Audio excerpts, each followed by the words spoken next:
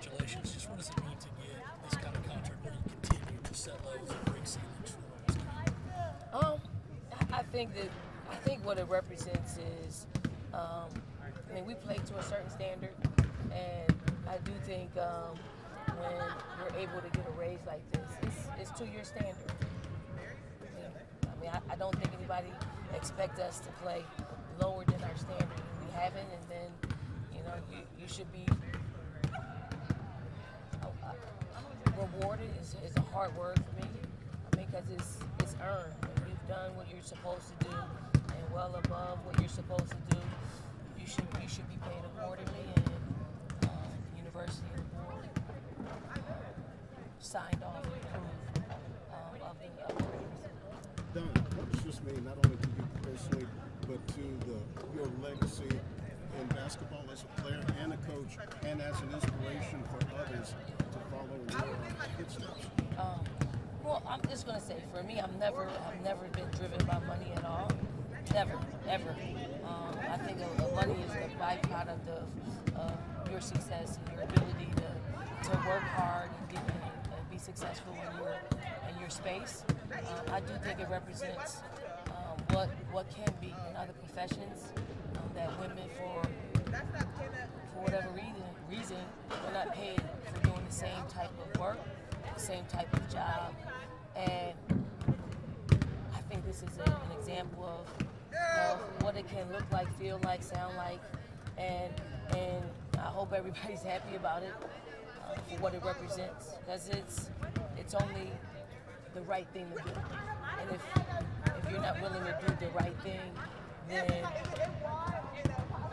your standards are off. Like you're off, and you can't see the same type of work, the same type of success that deserves the pay raises. Coach Staley, busy week for you also with the FIBA Hall of Fame announcement. Congrats on that. How much of an honor is that, especially with the week you've been having? I've been like my entire career has been like really an uncommon type of favor. Everything that I've gotten, certainly I pay tribute to the man above for just pouring out the blessings. And sometimes they come in they do come in more ways than one, but this just so happened to be around the same time of the pay raise.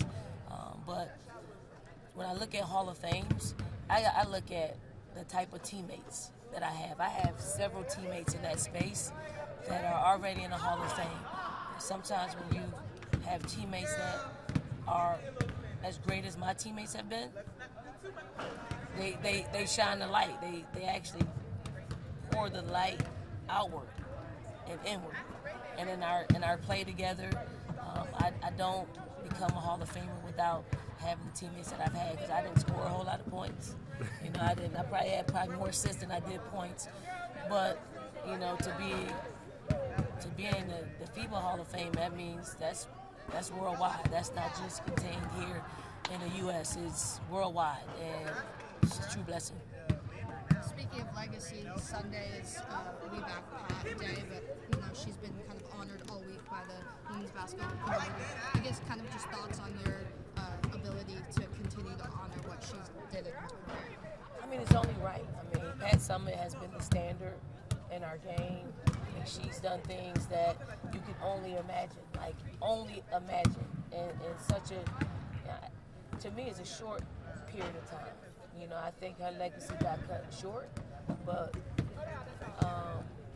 we need to honor all the foremothers of our sport because of the standard.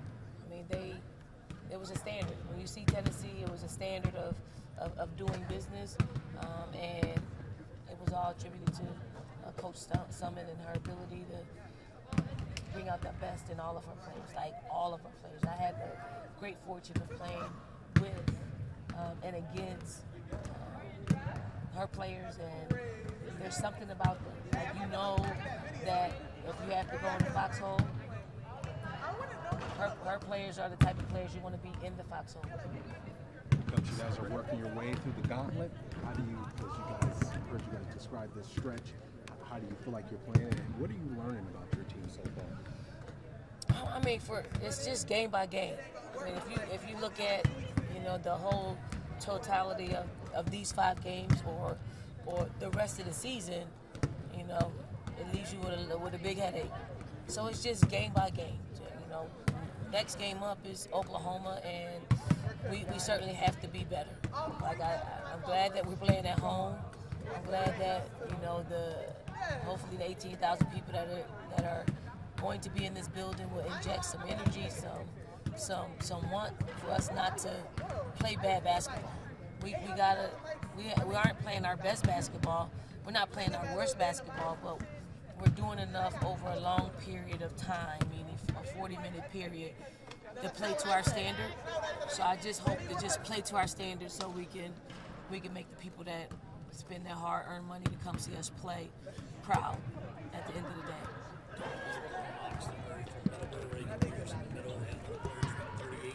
Last night, just what kind of challenge did specifically in the low post? Huge.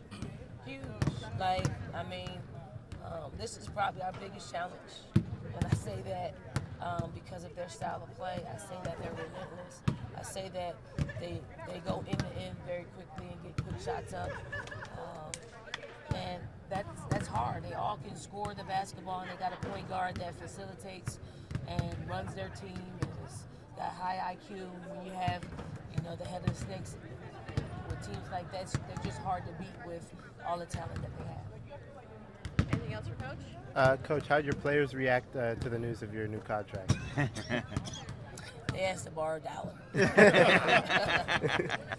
No, I think sometimes, like I don't, I only give them information if they ask for it, or they have a reaction to it.